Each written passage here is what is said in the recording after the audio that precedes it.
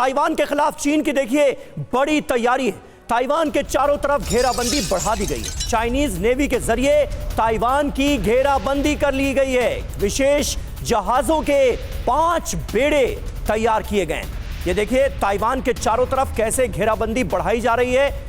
इससे जुड़ी तमाम खबरें इससे पहले भी सामने आई हैं। चाइनीज नेवी के जरिए ताइवान की घेराबंदी की गई है और विशेष जहाजों के 5 बेड़े को इसके लिए डिप्लॉय किया गया है।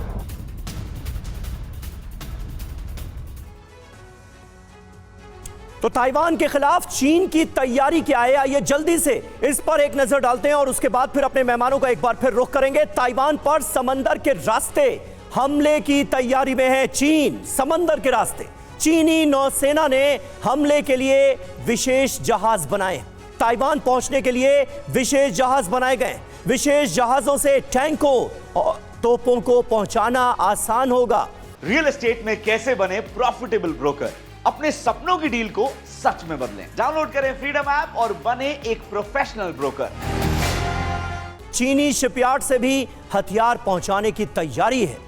चीन ताइवान सीमा पर विशेष जहाजों को डिप्लॉय किया गया है। चीन ने विशेष जहाजों के कुल 5 बेड़े तैयार किए हैं। यानी तिवारी सर, चीन की तैयारी तो बड़ी नजर आ रही है। सिर्फ ऐसा लगता है खबरों को देखकर, तस्वीरों को देखकर कि जिनपिंग की बस एक नोट का इंतजार है और उसके बाद सीधे हमला शुरू हो सकता है और इस फ्रंट पर भी वॉर छिड़ सकती है। लेकिन ताइवान की सबसे बड़ी ताकत आपको क्या नजर आती है जिसके दम पर वो चीन जैसे शक्तिशाली देश का मुकाबला कर सकता है या इसके बारे में सोच रहा है?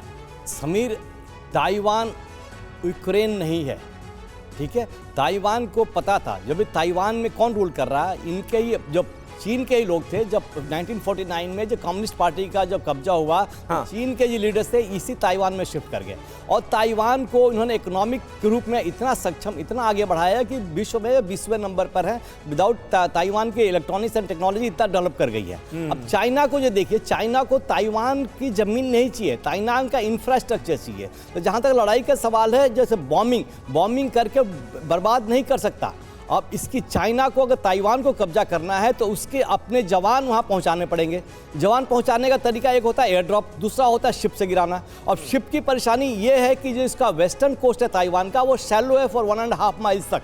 तो 1.5 माइल्स तक शैलो है, ना शिप 1.5 माइल्स तक नहीं पहुंच सकती, जिसकी वजह से वो अपना टैंक पहुंचा सके। हाउएवर इसकी तरफ उन्होंने अपने नए वेसल जो तैयार किए हुए हैं, जो फोटो आई हुई है कि जो वेसल से ये टैंक आगे तक पहुंचा सकते हैं। तो लेकिन इसकी ताइवान को इसके बारे में पूरी तैयारी पहले से ही थी।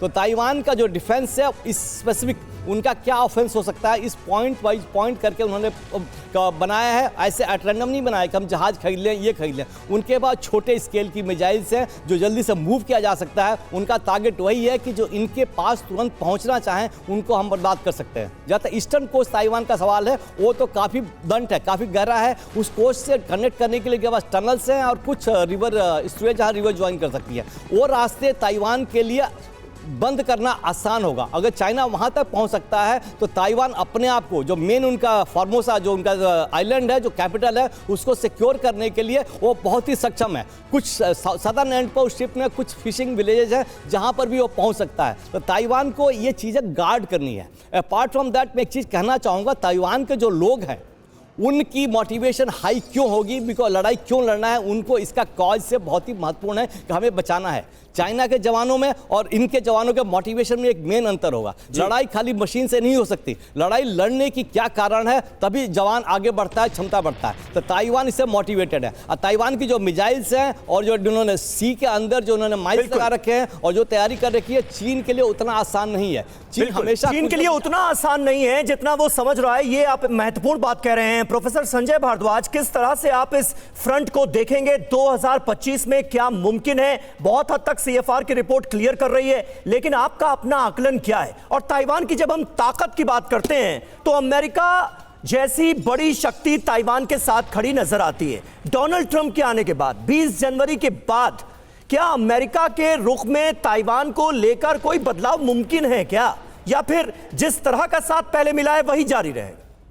सबीर, बिल्कुल बहुत अच्छा सवाल है। अमेरिकन पर्सपेक्टिव में आपने ये बात पूछी। पहले मैं चाइना और ताइवान के संदर्भ में बात करूंगा। पहली बात कि देखिए, ताइवान चाइना के लिए सिक्योरिटी पर्सपेक्टिव से या आप साउथ चाइना सी में अपनी प्रेजेंस को मजबूत करने के लिए बहुत महत्वपूर्ण है। लेकिन बात आती है कि जहाँ पे एक लार्जर इंडो पैसिफिक स्ट्रेटजी के कॉन्टेक्स्ट में देखते हैं तो जो पावर्स, दूसरी पावर्स है, चाहे जापान है, ऑस्ट्रेलिया है, अमेरिका है, या जो साउथ ईस्ट एशियन कंट्रीज़ के देश हैं, जो चाइना से एक तरीके से फियर्स है उनके डिस्प्यूट्स हैं, टेरिटोरियल डिस्प्यूट्स हैं, वाटर डिस्प्यूट्स हैं, उसको लेके ये सारे जो इंडो पैसिफिक कंट्रीज़ हैं वो बहुत कॉन्शियस है चाइनीज एक्सपेंशनिस्ट और रिविजनिस्ट अप्रोच को लेके, जो 1949 के बाद से शुरू हुआ, जो रिपब्लिक ऑफ ताइवान के चाइना के संदर्भ में ये बात आई।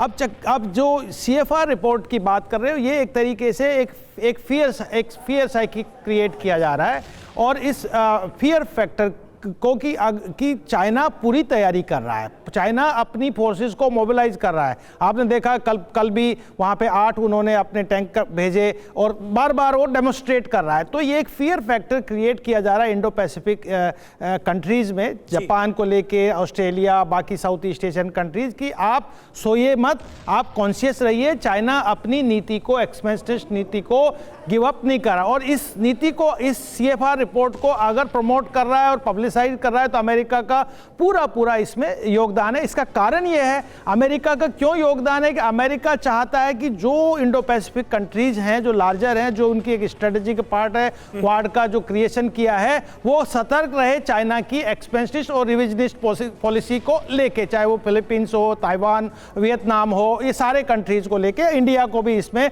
वो शामिल करते हैं। अब बात आती है कि ट्रंप के आने से ये इस नीति में क्या फर्क पड़ेगा। देखिए, मेनली जो पॉलिसी डिसाइड होती है, सिक्योरिटी पॉलिसी जो होती है, वो पेंटागन से होती है, या फिर वहाँ पे जो उनका फॉरेन स्टेट डिपार्टमेंट है वो करता है। इससे ट्रंप के आने से कोई फर्क नहीं पड़ेगा। ट्रंप का स्टेटमेंट कल देखेंगे, उन्होंने ग्रीनलैंड की बात की। ग्रीनलैंड के लिए जो एक ड्रीम है अमेरिका का, अपनी सिक्योरिटी को मजबूत करने के लिए, उन्होंने कहा या तो हम फोर्स यूज नहीं करेंगे, लेकिन हम उसको खरीदने का हम प्रयास करेंगे इकोनॉमिक दृष्टि। तो अमेरिका का जो पॉलिसी रहेगा ताइवान और बाकी कंट्रीज में, कैरेट एंड स्टिक पॉलिसी रहेगा। कैरेट पॉलिसी ये रहेगा कि इंसेंटिव दिया जाएगा कंट्रीज को, इकोनॉमिक इंसेंटिव इंडिया को भी दिया जाएगा, बाकी साउथ ईस्ट एशियन कंट्रीज को, कि आपकी जो डिपेंडेंसी है चाइना पे वो कम हो जाए। स्टिक पॉलिसी ये रहेगा कि अगर आप साथ नहीं देंगे तो हम फोर्स का इस्तेमाल या आप पे सैंक्शंस लगाएंगे या आपके टैरिफ हाइक कर देंगे। ये टैरिफ हाइक भी एक इस दृष्टि से।